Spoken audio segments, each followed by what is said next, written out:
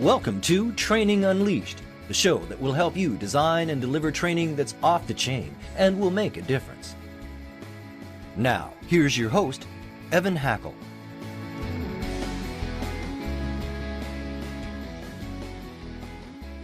Hello, everyone, and welcome to an exciting edition of Training Unleashed. First, I want to acknowledge you, our listeners, for being here, and the C-Suite Network, radio and TV, for all of your great support. Today, we have an amazingly timely conversation going on because we're going to talk about company culture. We're going to talk about how to set companies up for success, particularly dealing with COVID. But unlike other episodes that we've talked about, we're really going to spend a lot of time talking about the transition from the COVID pandemic world to the real world. So I think we could not have picked a better time or topic. To do that, of course, you have to have the right guest. Can't be just any guest. So with us is Chuck Cooper. He is with Whitewater Consulting. He's the founder. He's the managing member of the organization. Chuck, let me just start with just the simplest and easiest question for you is, what's going through the minds of employees today? How are they thinking? How are they feeling? First, it's great to be with you today, Evan. As it relates to your question, I think that when you're looking at where we are as a country right now, as we look to open back up and we're making that transition into what we would consider our norm, there's just a lot of uncertainty at this point. I think leadership has a good handle right now on where they think the organization, and they have clarity on how they want to move forward. They're just not sure about the nuts and the bolts of how they're going to go about bringing all their people back into the office, or are they going to continue to let part of their organization work from home, and how do you handle that hybrid? So there are some unknowns at this point, but I think that overall people are feeling much more optimistic, and they're more sure about where we're going as it relates to businesses today. So I'm just asking this question and a little different. How are you feeling? And with your company and your people, what's this been like for you? So overall, the last year it's been really amazing to see how our business has grown, and the fact that we were really focused on a certain geography, but because of the pandemic, it really opened up a lot more opportunities for us to work with our clients from coast to coast. And so there's been great opportunities from that right now because of where we are as it relates to the vaccines, the number of people that have been vaccinated, and the fact that we are moving very quickly. I'm feeling much more optimistic right now as far as where we're going for the next 6 to 9 months. And I think that 2021 is set up to be a really good year for a lot of companies. I love what you said, because the old adage, take lemons and turn them into lemonade. And I think a lot of companies have done that. I think a lot of companies have used this as an opportunity to have more virtual employees. They use this as an opportunity to expand segments. I know for myself and my training company, we're just doing tons of virtual leader-led training development and things of that nature. So I love that. And I think that business is going to change for everybody. And you also have, quite candidly, a little different product. I do feel like we are unique. There's a lot of people that do things that are very similar to what we do, but they don't. We have a different approach, and that's something that I think has paid great dividends for us. So I'm excited about where we are and where we're going for the future. Yeah, and there's no doubt, to your point before, that virtual has changed everything. Where you were, regional, and now you can be, anywhere in the country.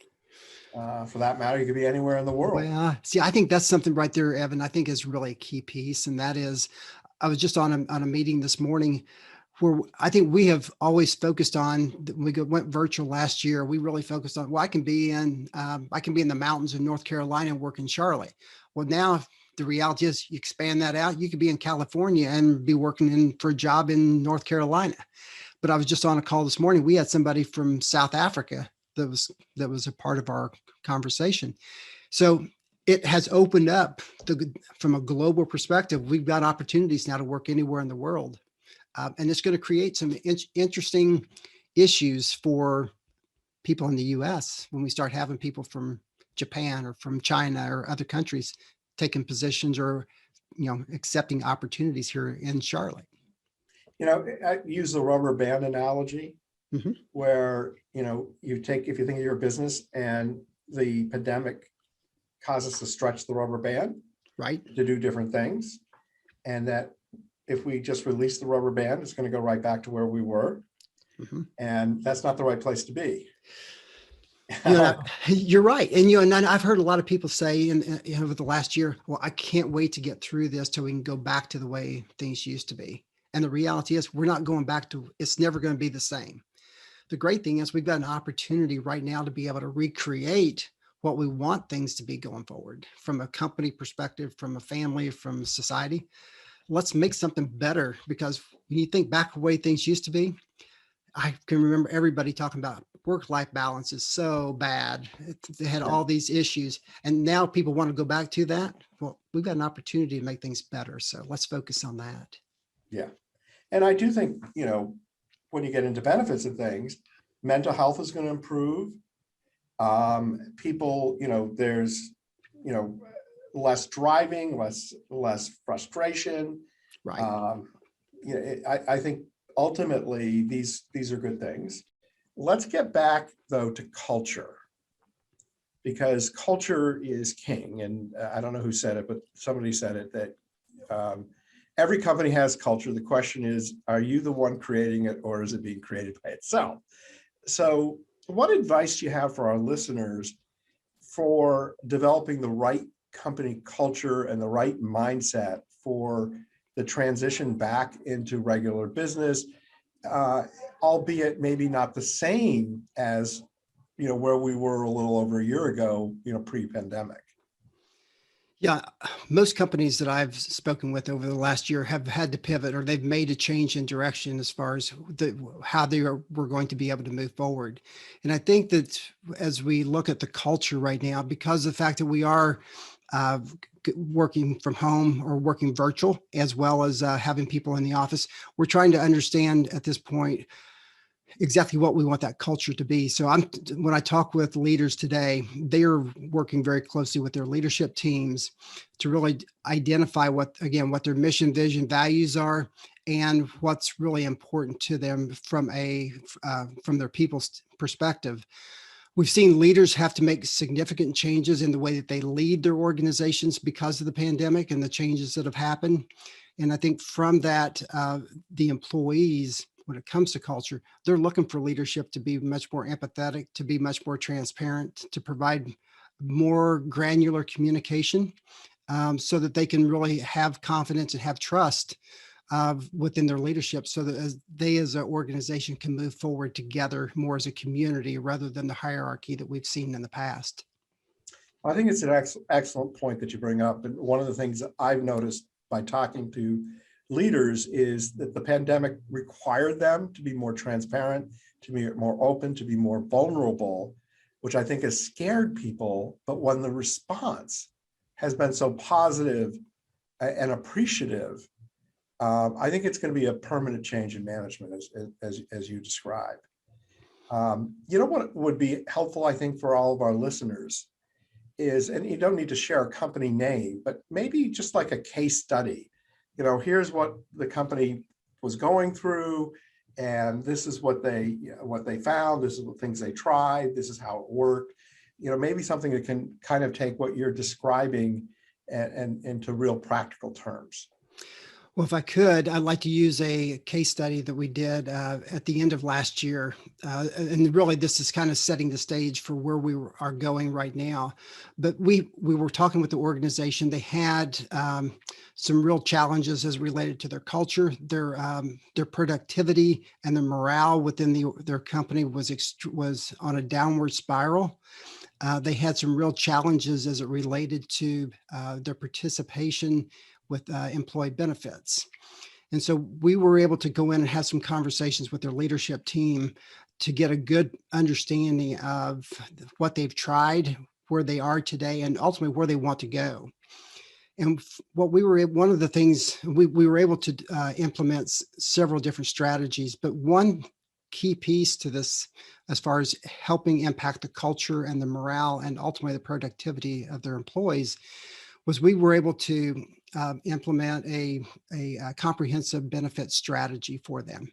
Now, as part of that benefit strategy, what we saw within the organization was they had in their workforce, they had everybody from millennials all the way to boomers that were about to retire.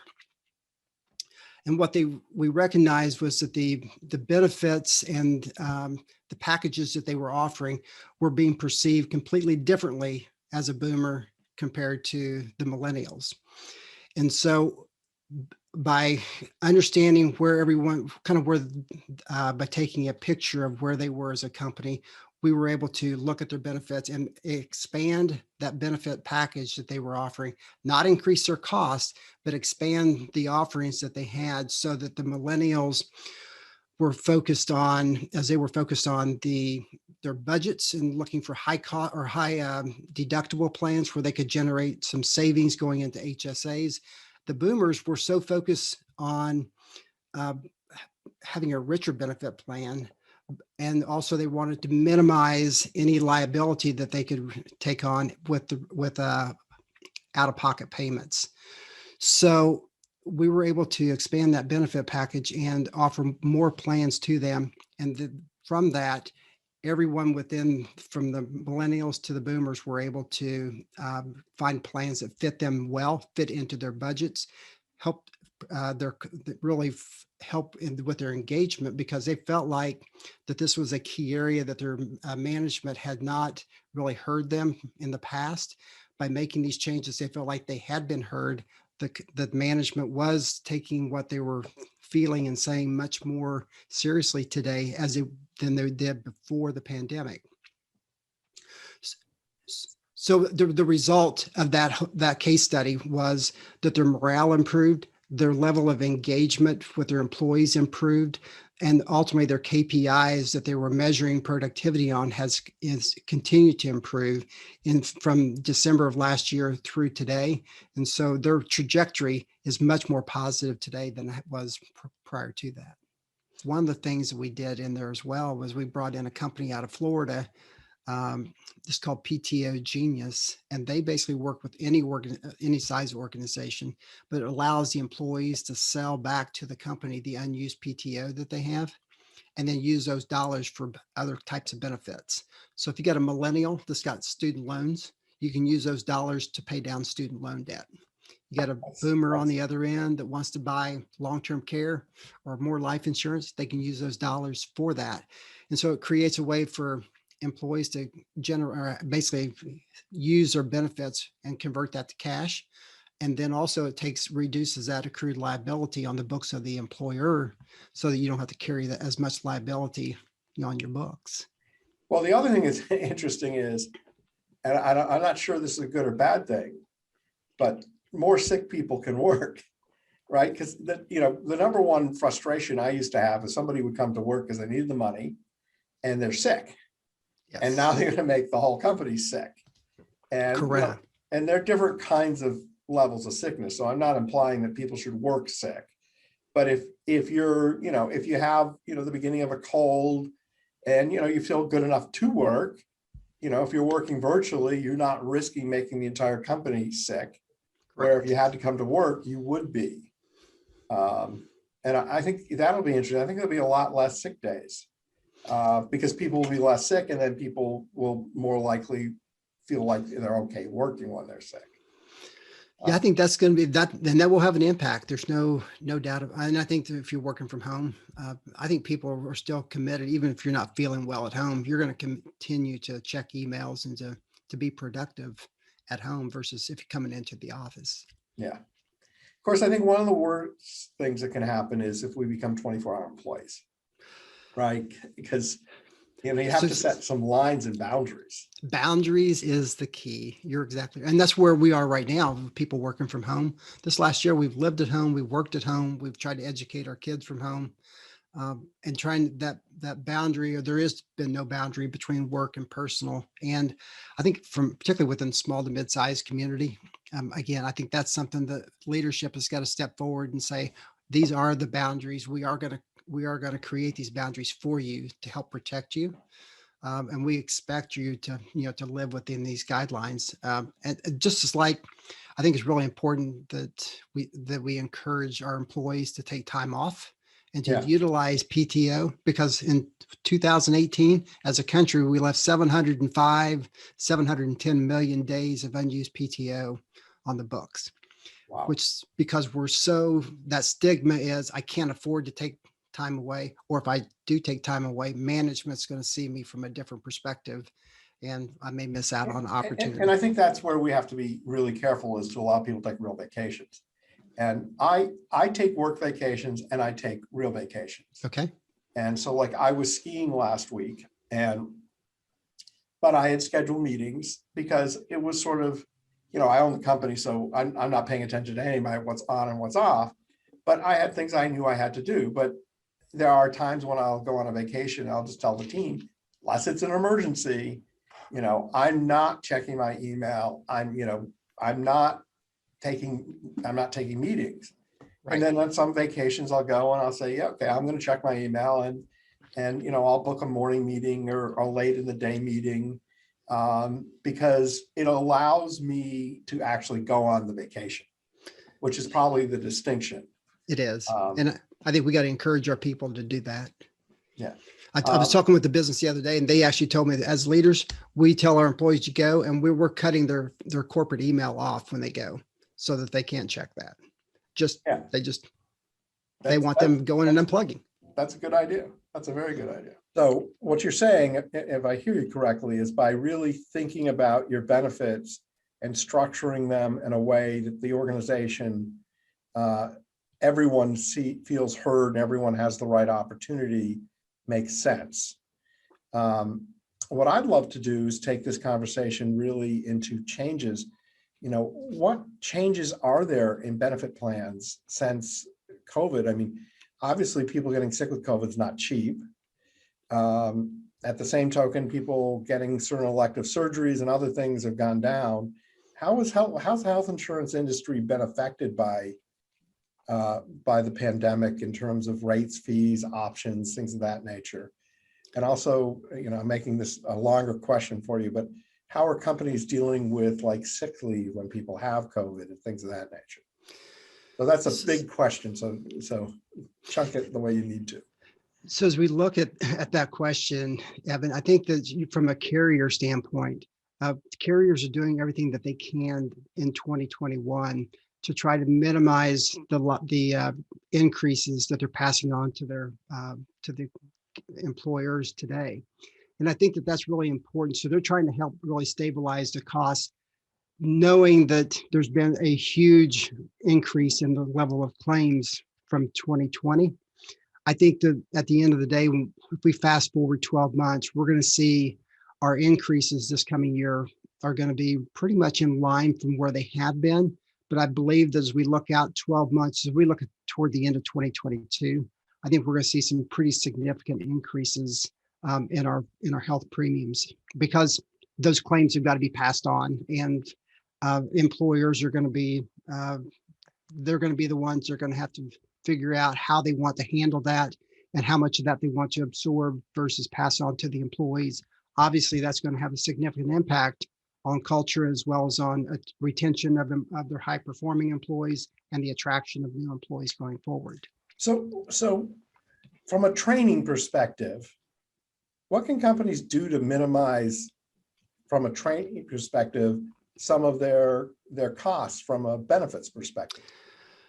There's been some case studies that have been released. Business Solver put out a case study about a year and a half ago that showed that the average employee spends about 17 minutes on their annual renewal, basically their open enrollment, when they go through and select their benefits. And the reality is, a lot of times what we typically do is we just fall back into what is most comfortable to us. So we don't really even look at the benefit plans that are being offered. We just go back to what we've always used or what we've always selected.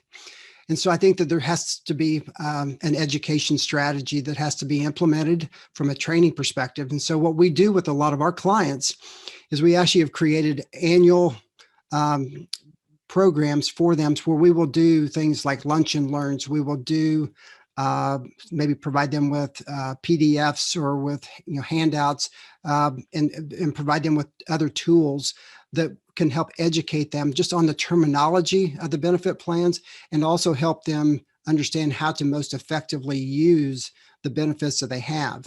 One of the key areas that we continue to see challenges in that arena is people going to the ER for everything. And the reality is that's the most expensive solution that an employee can choose.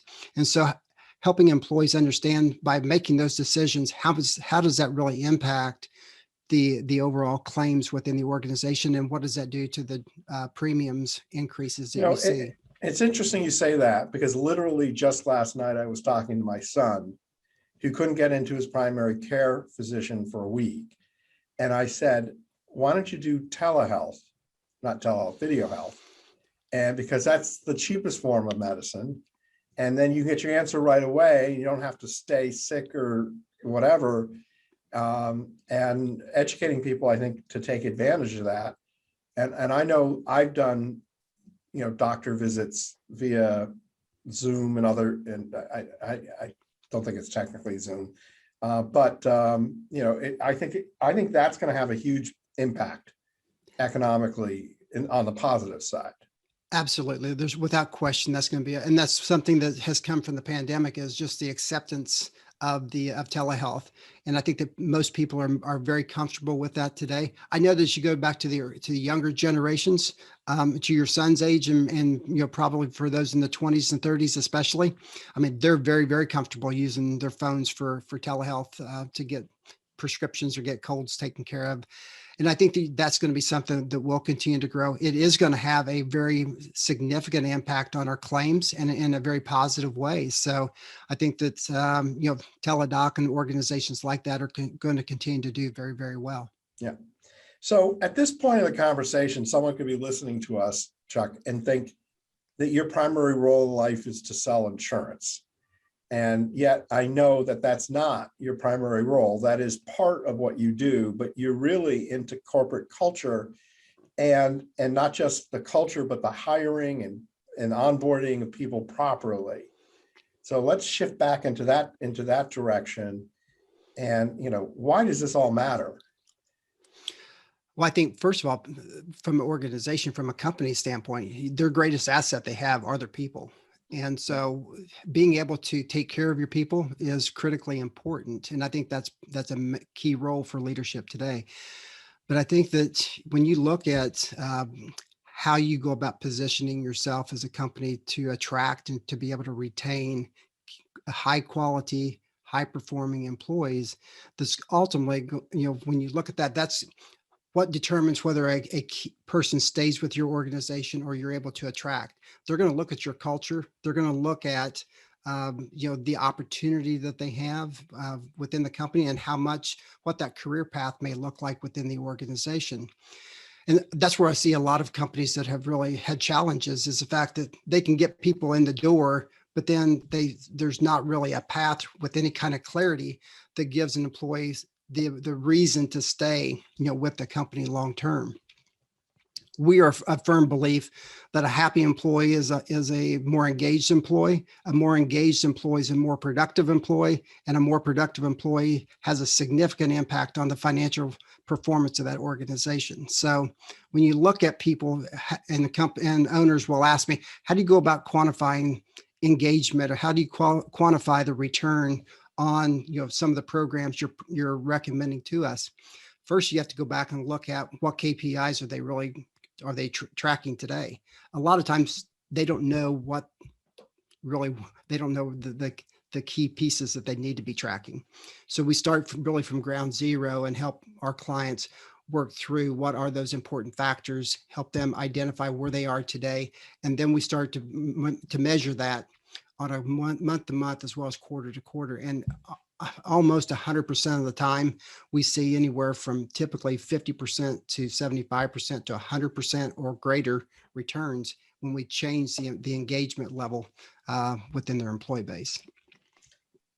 So what you do is interesting to me, because there's very few people, I think, look as holistically at a employer base like you do.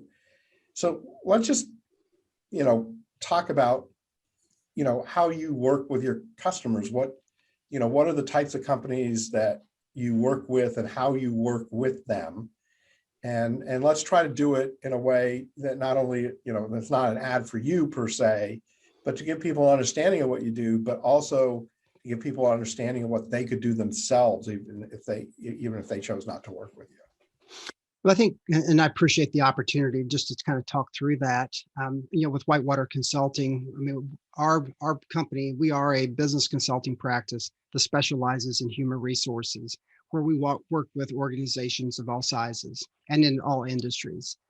Because the fact that every company, when your greatest asset is your people, we all recognize that they can be your greatest asset, but also they can be there are challenges that come along with being an employer as it relates to just the compliance, HR compliance, to the cost of benefits. So things along those lines are things that we really begin to look at. So from a company, we love to be able to engage again with the C-suite, because oftentimes we find that there's a lack of continuity and understanding as far as mission, vision, values, even within the C-suite, and what that business strategy looks like, how they're going to move their organization forward.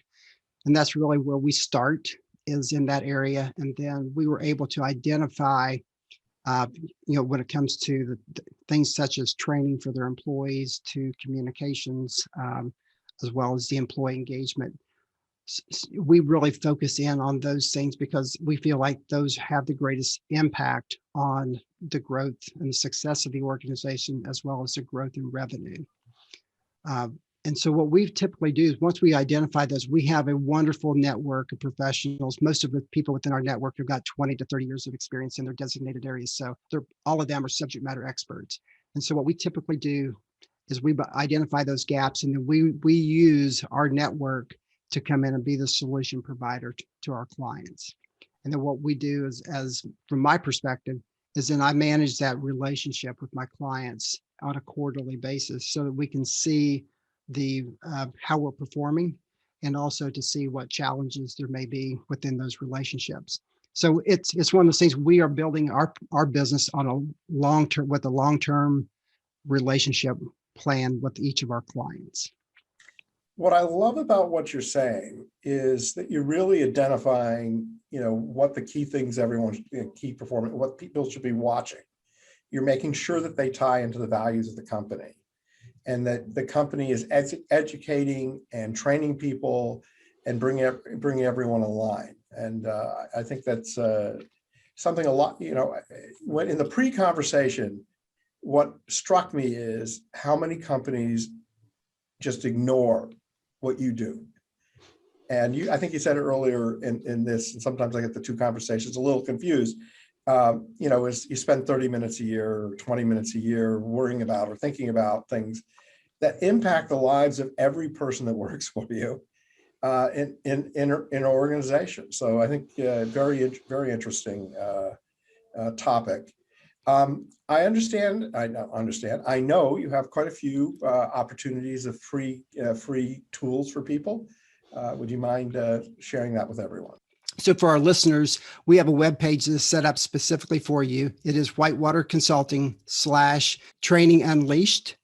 And there you will find some free resources that we have made available. One of the gifts that we have available for you is a copy of the Business Solver case study that was released a couple of years ago that is very pertinent today. 2, we have a document that is available that will help you understand your HR current cost, which is really important. And then 3, we are also offering for those that would like a free 20-minute consultation to really just be able to call and to be able to have a conversation about your challenges or any questions you may have. We'd love to be able to be a resource for you. So that is whitewaterconsulting.net/training unleashed. And you got a tool to do an evaluation. You got a case study to show people, and you give people 20 minutes of your time, which I think is fantastic. Appreciate it. As everyone who watches the show knows, we always end and ask our guests, if you have one thing, one tip to share with our audience, what would that one tip be? The one tip that I have for, and this goes for everyone, not just for leaders, but I think that as we look to that one thing that can pay huge dividends today, as well as a decade from now, it's improving our understanding of emotional intelligence. I love that. I love that. That's a great tip. Chuck, I want to thank you. I want to thank our audience for listening. I want to thank C-Suite TV and C-Suite Radio for being great partners. I also want to remind our audience that we have something new going on now, which is we have a book club for Training Unleashed, where we all can share and talk about and discuss books. So go to trainingunleashed.net. We're also a .net, Chuck. Trainingunleashed.net. And if you're not a full-time listener, you can subscribe to the show there, but also you can join our book club. We'd love to have you. Again, Chuck, thank you, and our audience, thank you very much. Training Unleashed is brought to you by Tortal Training, specializing in e-learning and interactive online training solutions for corporate, government, nonprofit, and franchise organizations. Tortal makes effective training easier. Just go to tortal.net to gain access to real-world tools that can make a difference. That's tortal.net, Tortal, tortal.net.